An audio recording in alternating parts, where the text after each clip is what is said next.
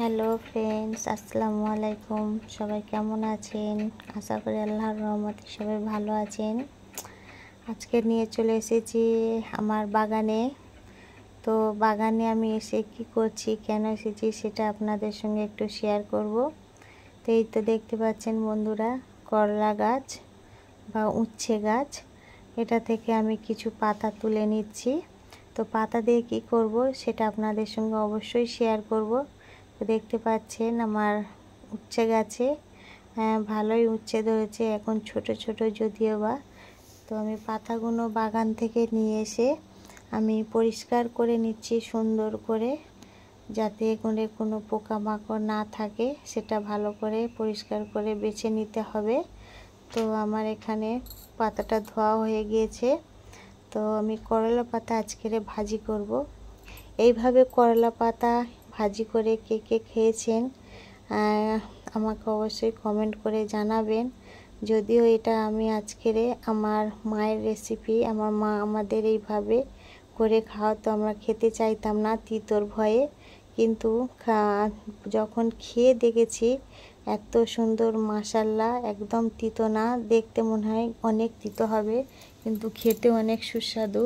তো সেটা আমি কিভাবে করলা পাতাটা আজকের ভাজি করছি সেটা আপনাদের সঙ্গে শেয়ার করছি। তো এখানে প্যান কড়াইয়ের মধ্যে আমি সাদা তেল নিয়েছি, দুটো বড় সাইজের পেঁয়াজ কুচি কুচি করে নিয়েছি।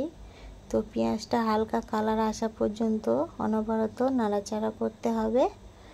এখন আমি দিয়ে দেব এই অবস্থায় দুটা শুকনো মরিচকে টুকরো করে দিয়ে দেব, জাস্ট একটু ফ্লেভারটা আসার জন্য, ঝালের জন্য নয়। আবার শুকনো মরিচটাকে যতক্ষণ না লাল হয় একটু নাড়াচাড়া করতে হবে। এখন আমি আবার দিয়ে দেব আগে থেকে কুচিয়ে রাখা বেশ কয়েক টুকরো রসুন কুচি। রসুন কুচিগুলো দেওয়ার কারণে ভাজির মধ্যে ফ্লেভারটা খুব সুন্দর আসবে, খেতেও ভালো লাগবে। কারণ ভাজিতে সবসময় রসুন কুচিটাই বেশি ইউজ করা হয়, আমি দেখেছি আমার মাকে এইভাবে করতে। তো সেই মায়ের টিপসগুলো আপনাদের সঙ্গে শেয়ার করছি। এখন আবার দিয়ে দেব কাঁচামরিচ। কাঁচামরিচগুলো বেশি দিন থাকার কারণে পেকে গিয়েছে, তো বেশ কয়েক টুকরো কাঁচামরিচ দিয়ে দিয়েছি। তো আবার ভালো করে একটা খুন্তির সাহায্যে সুন্দরভাবে নাড়াচাড়া করে নিতে হবে। তো এখন আমি দিয়ে দিলাম আগে থেকে কুটে বেছে রাখা আলু কুচি। আলু কুচিটা দিয়ে এখন খুব সুন্দর করে নাড়াচাড়া করে একটু কালার আনতে হবে, লাল লাল করে নিতে হবে। আর যাতে 80% সিদ্ধ হয়ে যায় ততক্ষণই নাড়াচাড়া করতে হবে। একসাথে আলু আর করলা পাতা কুচি দিয়ে যদি আমি ভাজা করি তাহলে কি হবে, পাতাটা আগে পুড়ে যাবে, আলুটা সিদ্ধ হবে না। তো এখন আমি দিয়ে দেব নুন আর 1 চা চামচ হলুদ দিয়ে আবার আমি খুন্তির সাহায্যে খুব সুন্দর করে নাড়াচাড়া করতে থাকবো যতক্ষণ না কালারটা চেঞ্জ হচ্ছে আর একটু সিদ্ধ হয়ে যাচ্ছে।